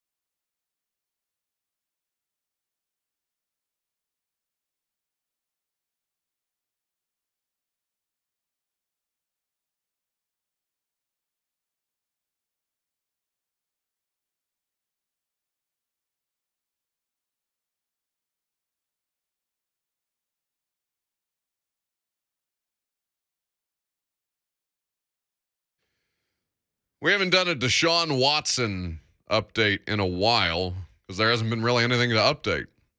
But apparently, the Texas grand jury is set to hear his case on Friday. I believe, are we having our buddy Dan Lust, legal sports correspondent, on the show tomorrow? Working through it right now, but I do believe we will have Dan tomorrow. Excellent, because I'm not smart enough to know how to navigate these things, and so we will bring in our sports attorney to make sure that we understand exactly what we're looking at. But the women who filed the sexual misconduct complaints against Watson, they've all been subpoenaed, and they are now going to give testimony on Friday in Houston, according to Tony Busby, who is representing a great many of them. This is nearly a year after all of these allegations came down. And now, I mean, do we have the Ian Rappaport sound of teams that are getting in the mix? Just because there's been some kind of momentum, forward, backwards, or otherwise, on the Deshaun Watson situation. This was Ian Rappaport of the NFL Network breaking it down on teams who now want him as their QB. So many people have been waiting for clarity on the Deshaun Watson legal situation and his eventual destination, which team of the Houston Texans going to trade him to. All of that is coming. First, the legal part of this, as colleague Tom Pelissero mentioned earlier, the district attorney investigating Deshaun Watson plans to present her case to the grand jury on Friday. Several women who filed criminal complaints against Deshaun Watson are expected to testify. Now, this is the same day that Watson has his civil deposition, so expect him to plead the fifth. So what he says essentially in the civil lawsuit cannot be used against him in the criminal standard procedure when as it pertains to the legal situation there. But as for Deshaun Watson, we should find out on Friday if he is going to be officially charged criminally. And then, of course, there's the situation of where's he going to be traded. And from my understanding, his market is still robust. One of the best quarterbacks in the NFL when he is on the field. Obviously did not play last year while the Houston Texans sorted his situation out. This is coming, and among the teams who are expected to have interest in Deshaun Watson, the Carolina Panthers, who've had interest really throughout, perhaps the Tampa Bay Buccaneers, they could be interested as well. And there's a team in Seattle who may be interested. They have a quarterback need as well now. So that's Ian Rappaport talking about. So basically, to summarize, every team who's in the thirst trap market, sending you up text messages to Tom Brady while he commutes his kids back and forth to summer school programs or whatever he's doing in his spare time. I think we're now 7 weeks removed from Tom Brady being retired. I bet he's going crazy. Anyway, anybody who wants a QB, who needs a QB, is now interested in Deshaun Watson. What do we do if we ship Russell Wilson off for parts because we want to rebuild? Well, let's go see what the allegedly gropey quarterback would be able to, what that would cost. And I was reading an article on the 33rd team today about what Houston can realistically get if there is some kind of legal clarity. Again, if and only if there is some kind of legal clarity on his circumstance. Unless Houston, this is from Joe Banner, who of course was a former NFL executive, unless Houston can get multiple real bidders, the trade will likely involve conditional picks to address the fact that we may not have all the answers to the questions about the criminal case, if there is indeed a criminal case, the civil case, and league suspension. There's a possibility of a base trade with contingent compensation added based on the outcome. So teams could do this in principle, and then if Deshaun Watson, say, ends up having to do jail time or gets suspended for the league, which kind of sets off the contract language in which the deal or the terms of the trade are negotiated, you could do this on a conditional basis and say, yeah, if he's clear, we'll give you X, Y, and Z, Houston Texans, and we'll take this contract off your books, because right now Houston's just eating cap. The NFL could have done them a favor and taken this thing off the board, and instead they're having to take on and stomach. What is he? He has like the fourth biggest cap hit in football this year? It's top 5. Because Tannehill's 5. I think Deshaun Watson is right ahead of him in 2022. Lucas will fact check that to be sure. But, all the teams that are looking at quarterbacks again, we're talking Colts, unlikely because of AFC South stuff. But the Washington football team, the Dolphins, the Giants, the Bucks, Seahawks, Vikings, Browns, and keeping him with the Texans. I mean, Panthers, Eagles, like we're talking about 7 or 8 teams that are probably out here saying, like, if we can do this on a conditional basis, I'll give you this for your embattled and allegedly gropey quarterback. I can't. The NFL is gross a lot, like with regularity and shamelessly slow, because in the same way that, like, if you disagree with, for example, politics with the Chinese Olympics this year, and you're saying, well, I'm going to boycott things that are related to the communist country of China, well, then all of a sudden you look down at your Apple iPhone and you're immediately thrust into conflict, right? Because of the nature of where those products and how those products are made. This is the same kind of situation where you're looking at this and saying, yes, coming off of yesterday being International Women's Day, sure, we are supportive of all of the women in our organization, but in the meantime, we think that this quarterback can really, really help us pending litigation. So, conditionally, let me give you a second and a fourth for Deshaun Watson, Houston, in 2022, and let's let it ride. The whole thing is gross. Justin Shelton, who's in the Facebook Live chat, YouTube, Twitter, Twitch, and Facebook Live is where you can watch the show, just met Aaron Rodgers at Rocket Town in Nashville. So, hopefully all of that $50 million a year that he is allegedly or not allegedly getting, depending on who's reporting you read, hopefully that goes directly back into the Nashville economy, where he will be making his home this offseason and then returning to the frozen north to play football. You think he still listens to the Buck Reising Show, even though he's decided to remain in Green Bay? Hey, why? I mean, if he was hate listening before, I imagine he's certainly hate listening now to hear how Titans fans have been lusting after him. And you know what we haven't gotten in the last couple of days? We haven't got many calls of people lusting after Aaron Rodgers, which is just so pleasantly surprising to me. I bet he's hooked. I bet he was thinking about calling in today on the dumbest thing in sports. I bet he has a favorite poll open update.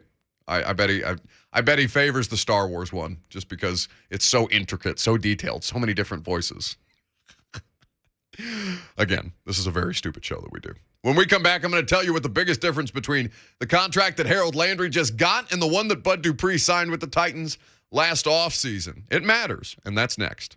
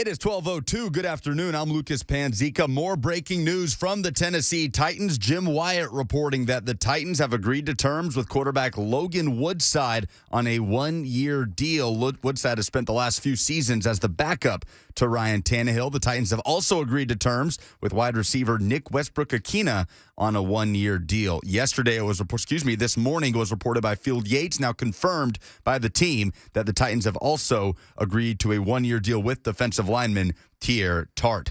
Last night, it came through that the Tennessee Titans have extended outside linebacker Harold Landry to a 5-year deal worth $87.5 million. Landry had a career-high 74 tackles and 12 sacks in 2021. After making that deal, the Titans will not tender restricted free agent defensive end Derek Roberson, per Mike Garofalo.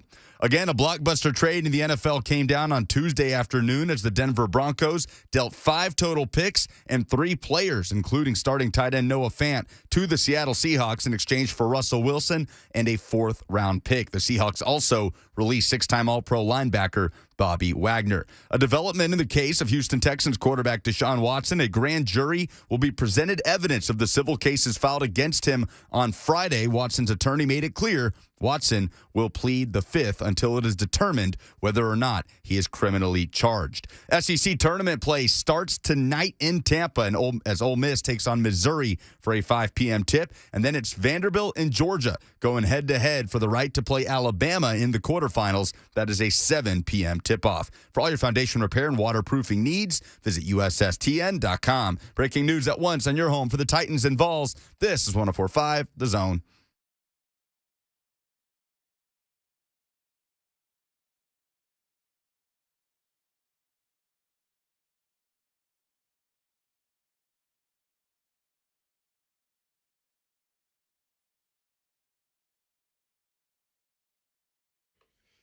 All right, here we go. Final hour underway. Welcome in, welcome back. If you've been with us so far this morning, we're happy to have you guys in for today's show, Hump Day.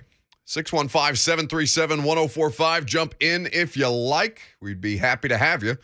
615-737-1045. Lucas will be there to answer your calls and perhaps to troll you from his account or my account, depending on where his attentions lie. Like Harold Haywood, who I don't know if he meant to DM this to you or to me, Lucas. But at Harold Haywood, at Haywood1Harold on Twitter. Sorry, can't continue listening to your show during lunch in my car because of the rising, REISING, gas prices. But I didn't even get a laugh at it. Not even a smirk. Not even a head nod. I thought that was pretty. I got nothing. I thought that was pretty good by Harold Haywood. You didn't like it? Okay. Appreciate the effort. Perhaps he would have a Caleb Farley-esque response to that kind of dad joke. Yeah, I rebuke that in the name of Jesus. Those are reserved strictly for Mickey Ryan and, oddly enough, Emily Proud, who's exceptional. Our buddy at WKRN News 2, exceptional at the art of the dad joke. Speaking of dad jokes and people who perpetrate them on a regular basis, Jimmy Wyatt, you heard the update. You like that? That was better. Yeah. That's professional. Hey, got one. People don't understand. Half of this joke is just me looking at Lucas because nobody else in here. It's just me staring at a camera and a ring light and Lucas in a different studio. And I'm basically just doing a terrible stand-up routine to try and get Lucas to crack a smile so I know that maybe I got somebody else with it too. I'm Joaquin Phoenix back here with the thumb up. Down. A lot of down arrows. But anyway, dad jokes. Jimmy Wyatt. News. The team has officially announced 3 new deals for Nick Westbrook-Akina, Logan Woodside, and Tier Tart, which, of course, the reporting was earlier by Field Yates that was indeed going to be so. 1-year deals, all of them, because all 3 were scheduled to become exclusive rights free agents next week. So Woodside, if you're a Game of Thrones consumer, what is dead may never die. Logan Woodside, you can't get rid of. He's the backup quarterback version of Myles Garrett on Halloween, where Myles Garrett is decorating his lawn with fake gravestones of all the quarterbacks that he's been able to sack across the years. That's Logan Woodside for Titans backups. You can't unseat him. And God knows they've tried in the last couple of years. Again, it comes back. You will look for ways to try and upgrade the backup quarterback position. And if you do happen to find your way into a potential successor for Ryan Tannehill in this upcoming draft, well, then that's gravy, baby. But, I mean, what out there? When we're talking about Mitch Trubisky potentially getting $10 million a year from a team to come be a backup quarterback, would you rather have Mitch for 10 or Logan Woodside for probably like, I mean, I don't know what the nature of the deal would be, but I can't imagine it's more than $800,000. There can still be competition with Woodside. Oh, sure. You can bring in people. You can bring in people all over the place. You can find, I mean, Woodside was an undrafted rookie free agent. He played in the AAF, so he had starting quarterback experience. They love him, or at least love him to the extent that they trust him to operate the offense more than the Deshaun Kaisers of the world, who are more physically talented players. Deshaun Kaiser, a former second-round pick, and again, fell at the hand of Logan Woodside. We talk about John Robinson rewarding Titans players, right, for playing well over an extended amount of time in a Titans uniform, like he did with Taylor Lewan and Derrick Henry, and like he's just done with Harold Landry. This is his version of doing that with Logan Woodside, right? Woodside has won every backup quarterback battle he's been faced with. Give him another shot at it. Sure.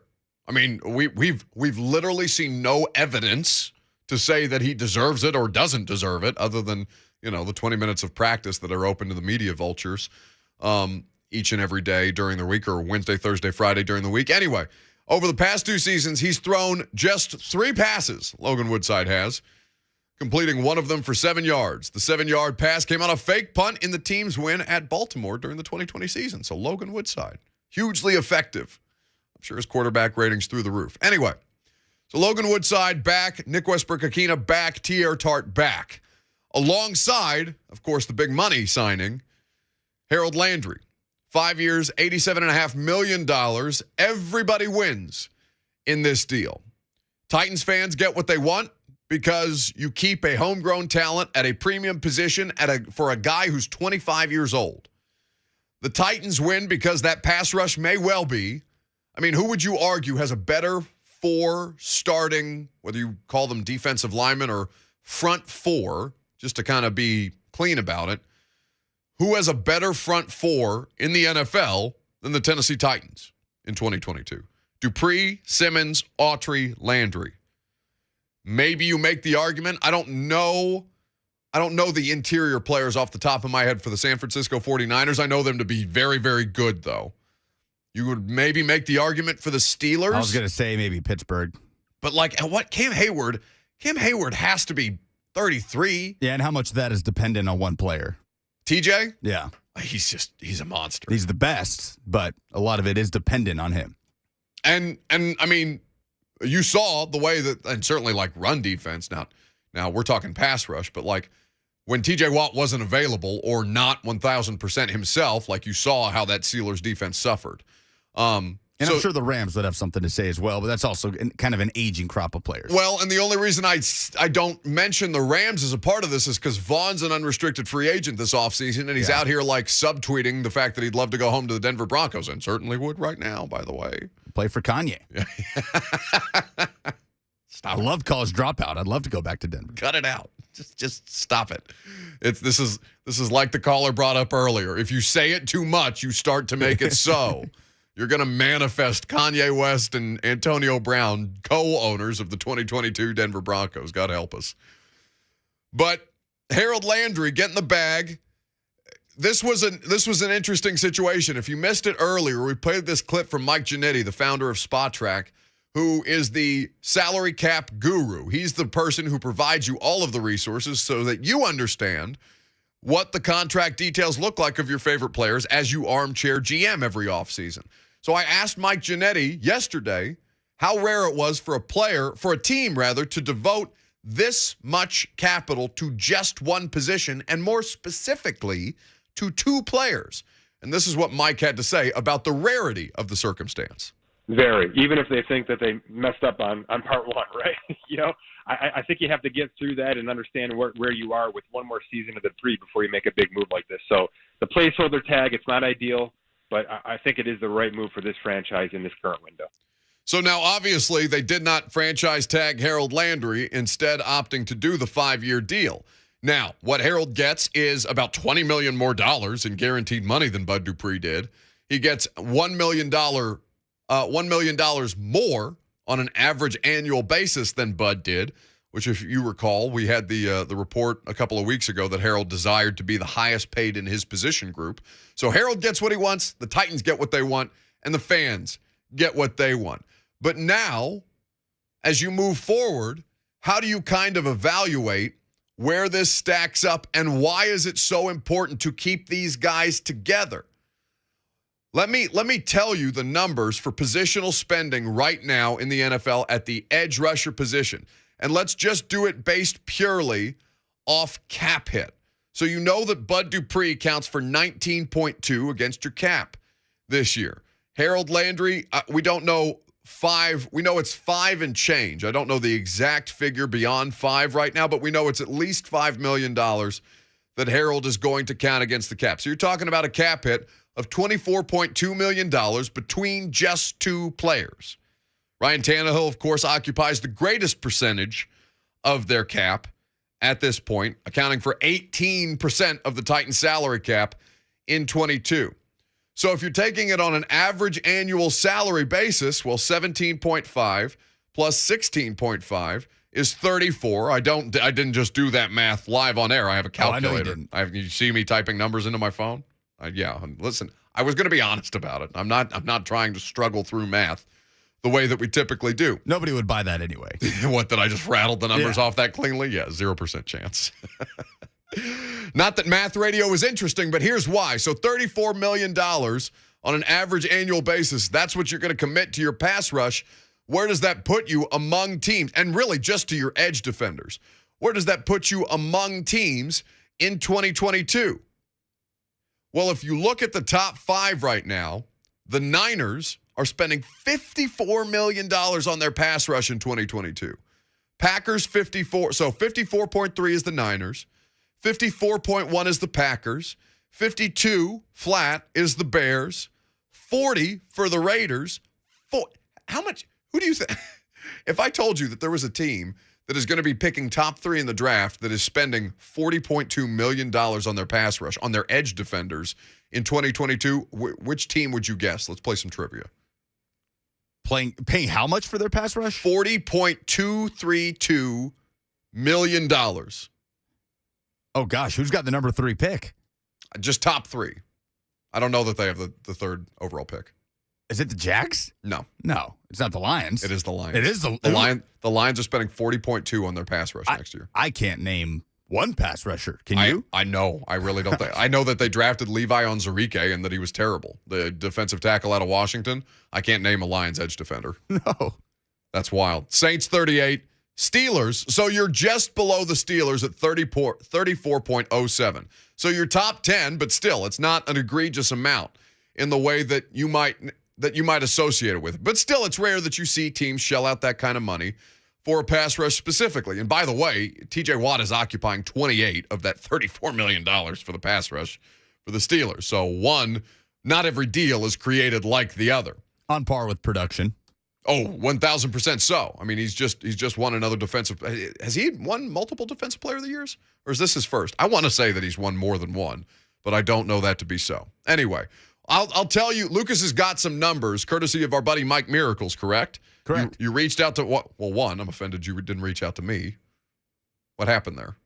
Well, do you have these numbers? I don't. Okay. You didn't ask me for them, though. I know who to reach out to in certain times. My God, is that disrespectful. Mike Miracles came up with some numbers for the Titans pass rush with Bud Dupree versus without Bud Dupree. The numbers are going to surprise you. We'll tell you that next.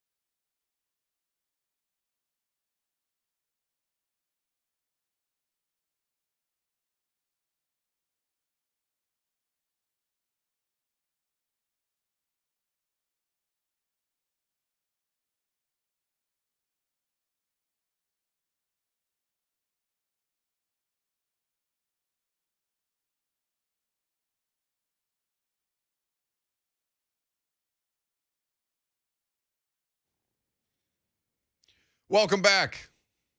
Why were you giggling when you were counting me down? What happened there? I got a text from our guy, Josh Black, as I was bringing you back, and it made me laugh. Is it not safe for air?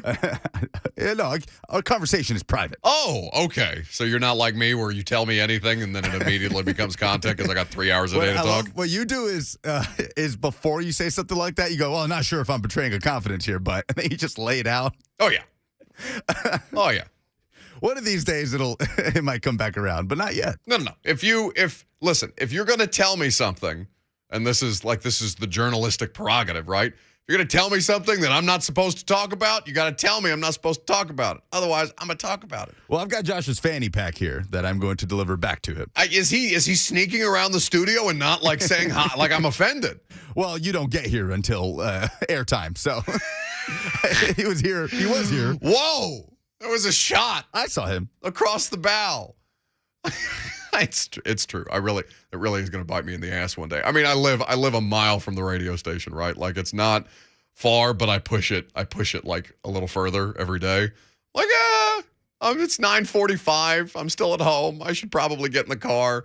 I texted Lucas yesterday. I go, talk slowly during your update. Yes, that is a thing that happened. In case I hit a red light. Thankfully, J. Martin Ramon tend to go a little late. Well, yeah, we get bailed out from time to time. I will do better. That's my New Year's resolution in March to show up to the radio show at the appointed time to make sure that Lucas isn't out here on an island himself. Well, if Josh Black is wandering the halls, I heard he did a great interview with 92 our buddies at 92Q yesterday. If he's wandering the halls, he ought to stop in. I haven't seen him in a while. He's probably got a show coming up we can talk about, and God knows he's got a big thing on Friday coming up in his suspension. You see the fire department suspended him? I want to talk to Josh about that at some point. 615-737-1045. You can jump in on the conversation if you like. So we had some tweets coming off the news that the Titans are extending as exclusive rights free agents Nick Westbrook-Akina, Logan Woodside, and Tier Tart. CJ, and forgive me, CJ, if I botch your last name, EK? He tweets us, if Mitch Trubisky can get $10 million, then Marcus Mariota should get more than that. I'd take Marcus over Mitch, and if we are honest, I would take several guys over Mitch. I'm honestly fascinated to see because he's an unrestricted free agent again. Marcus is. I'm fascinated to see what he gets on the market. Because you can't trust that guy to stay healthy. Like, wasn't that the whole conversation when he went to the Raiders? Even in spot duty with the Raiders, right? He was getting nicked up. Well, because they're designed running plays for a quarterback who is inherently, fragile at this point. I continue to wish him health and success in wherever it is that he stops or where he ends up next. But, I don't know that Marcus Mariota is worth more than Mitch Trubisky because Marcus Mariota is infinitely less available than Mitch Trubisky. Now, maybe at one point in his career, but, this quarterback market is so fascinating. That's why when Aaron Rodgers, almost as soon as the Aaron Rodgers is staying in Green Bay news came down yesterday, that's when you saw the Russell Wilson move being made because Denver was like, oh, bleep, we can't get that guy. Now we have to try and get Russ. And that came together, over the course of several conversations, but they had their finger on the trigger ready to go on that because they knew how big a drop-off there was about to be. Wherever Carson Wentz ends up, that's probably the biggest quarterback chess piece that's left on the board. So with that being the highlight of the quarterback free agency, I would say that, less than desirable at this point. But let's talk about the contract that the Titans handed out yesterday and the difference in the two that the Titans have signed in consecutive offseasons, specifically at the edge rusher position. So they gave Harold 5 years, $87.5 million with $52.5 million guaranteed, according to Tom Pelissero. Bud Dupree, only one offseason ago, signed a contract that was 5 years, $82.5 million, but a considerably less amount of guaranteed cash, $35 million next to Harold's 52 and change. So what is the difference between Harold Landry's deal and Bud Dupree's? Well, the obvious is just what I've laid out. One, it's more money. $1.5 million or $1 million in average annual salary more, and a considerable amount for Harold, a considerable amount more in guaranteed cash. Now, the out for Bud Dupree's deal is interesting, and I don't think SpotTrack doesn't have the details of Harold's contract, new contract, up just yet. Last I looked.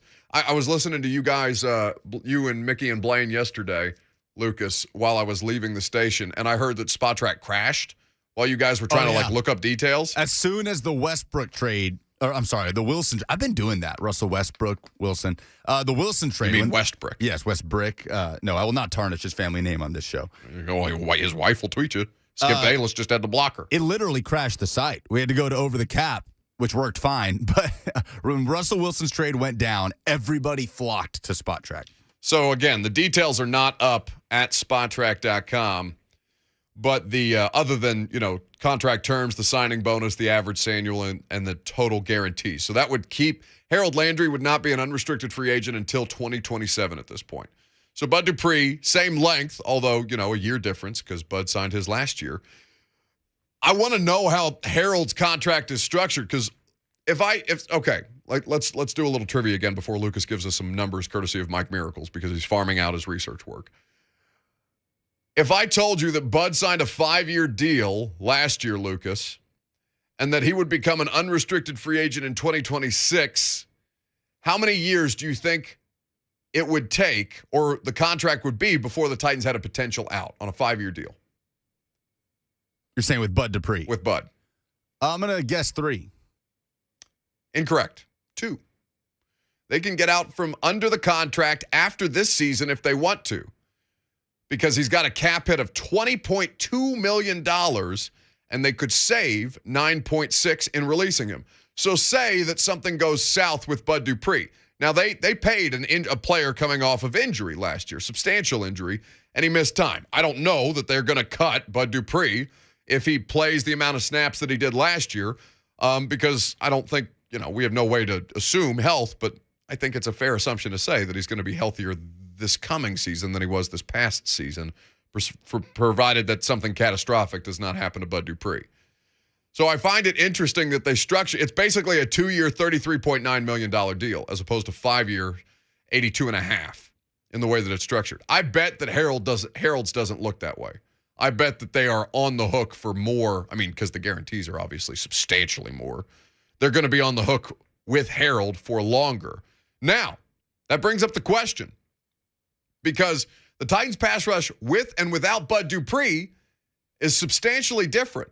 And Lucas, you said you tracked down Mike Miracles, who gave you some good numbers on this stuff. Because my thing is, if something happens with Bud, is Harold Landry that kind of top-tier pass rusher?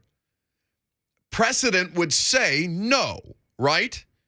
Because career best year alongside the best talent that he's ever played with. So the defense helped Harold, and also Harold took advantage of what the defense was going to create for him. I don't know that Harold Landry's that kind of top-tier pass rusher, but based on the numbers, it sounds like Bud Dupree might be. So I say this after having reached out to Mike, because I've seen him tweet about it a lot, and it's actually our buddy Zach Lyons of Broadway Sports Media that put these numbers together. So I say this knowing that Bud Dupree played in 11 games in 2021. He started 6. Harold Landry played in every single one, right? It's been his best ability with the Titans is his availability. Hadn't missed a start in 3 years. With that said, that's an amazing stat, by the way. It really is.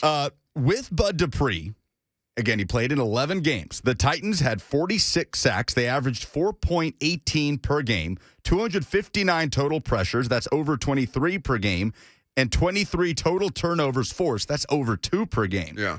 Without Bud Dupree, the Titans registered 15 sacks, 2.5 per game, 101 total pressures, about 20 per game, and 4 total turnovers. That's barely over half a turnover per game.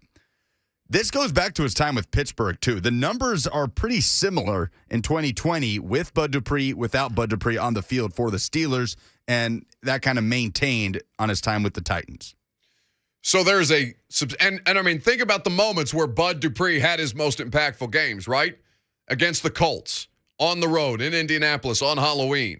Made the play that set up the interception for Elijah Molden to end that thing outright. That's not a sack, right? Not a sack. That's a pressure. It's a pressure. because, Wentz got rid of the ball. It's an interception in one of the most inexplicable interceptions I've ever seen in my life. Was it Bud or Autry that made a similar play on Stafford that set up a pick six? I can't recall. Yeah, I was just thinking about that. But similar play design, right? May not be the same pieces. But again, there are plays, and I don't have them in front of me necessarily. I know he straight up picked up like 2 Pittsburgh offensive linemen in Pittsburgh to get to Ben Roethlisberger on a certain play. Like, there is a substantive difference between Bud's ability when he's right and Harold's just as individuals. And that plays itself out. And it's why it's so critical to keep these guys together, because together they're fantastic. Individually, Harold is less than. And I'm not saying that makes Harold a bad player. I think Harold's a fine player. Great would need some more individual production. Like, I would have to account, and I'm not saying that Harold has not been that, but statistically, it's not really close. The difference between these two players, though, is that Bud is going to be 29 and Harold's going to be 26 before the season starts. So you're getting them at a much different point in their careers. And Harold, theoretically, there could be continued growth there as this guy learns how to continue to take advantage of hand fighting and matchups and learns new moves. We saw significant development from him in that regard, where we're talking to outside linebacker coach Ryan Crow. I think this was, I can't remember if this was during the season. It was early.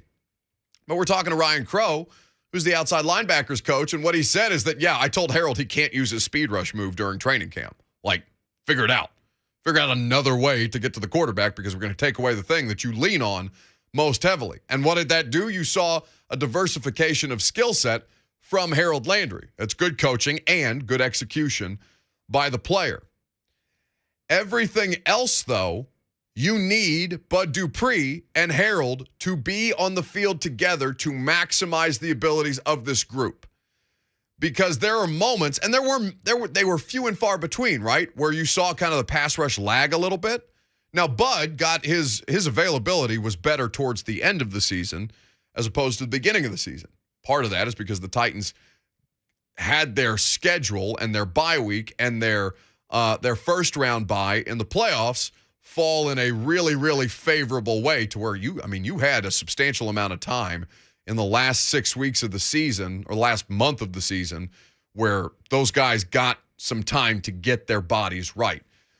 The difference, though, is that they are age. Obviously, age is the biggest differentiator between these two. And secondarily, the Titans structured Dupree's contract in a way that if age and injury recovery doesn't go according to plan, they can get off the hook from this thing in short order. By the end of the season, they could be done with Bud Dupree. I'm not saying that they will be. There's precious little reason to say that because Bud is a productive player. But with Harold, you're married to him for much longer because of that guaranteed money. In the same way, because we'll talk about this with Julio Jones tomorrow, where you're talking about, can you cut Julio this year and save money? Can you cut him post June 1st and save even more money because you'll be able to spread the cap hit out a little bit? If you, for whatever reason, needed or felt the need to move on from Harold Landry in future dates, it would be more akin to the Julio Jones conversation where you're trying to figure out how much more guaranteed money you're on the hook for. That's the biggest difference right now. Without all of the details available on Harold's deal, it's the biggest difference between the two contracts that they gave out. And they're predicated off individual things. So it'll be interesting to see. I wish somebody would have told Harold, jokingly, because he hates talking to the media. He just generally does not enjoy the interaction, and I don't blame him. But, I wish somebody would have told Harold he would have had to gone on, a league-wide media tour. You're going to have to do Good Morning Football. You're going to have to do, our show, stuff because we had Harold on once, and I think we asked him about, Will Compton's ability to make biscuits and gravy during training camp and stuff like that. Tried to get a laugh out of Harold in the same way I did out of Lucas. I think that one worked, by the way. I caught him off guard. Yeah. Because he's 4 years of this guy, and 6 times an interview session with Harold, he's asked about a secondary pass rush move. So I tried to flip the script a little bit. Those numbers, though, you're talking about, first of all, over 4 sacks per game is huge. Is a big number. Huge. But to go from 2.5 to over 4 per game. Well, and the turnovers is as big a number for me as anything. Yeah. Because, that's you can't count on them. Except when you're generating that kind of pressure and causing quarterbacks to make more mistakes. It's weird because this is the number that indicates the value of Bud Dupree, right? Even though he doesn't have the sack numbers, but Harold Landry is the one with the sack numbers, Again, with the tackles. This is why, because Mike Vrabel will get pissy after they lost the playoff game and say maybe we had too many sacks, guys. Maybe you got whatever. Like I get it, Mike. It was a very on-brand moment, but. Like sack totals are the product of a productive pass rush in total, right? Like the sum of the parts. Pressures are how better to judge the individual as a pass rusher. Now, some of that can be manufactured as well. I'm not saying that it's a perfect scenario that way, but don't get caught up in the sack numbers. Look at what the pressures that the player individually is generating. That will give you a better indication of how efficient or inefficient a particular player is. When we come back, there was a massive win for the Preds last night. We haven't talked about it at all. We'll do a Panzika Preds minute on the other side. We'll update the polls, and we'll call it a day. I'm Buck Reising. It's 104.5 The Zone.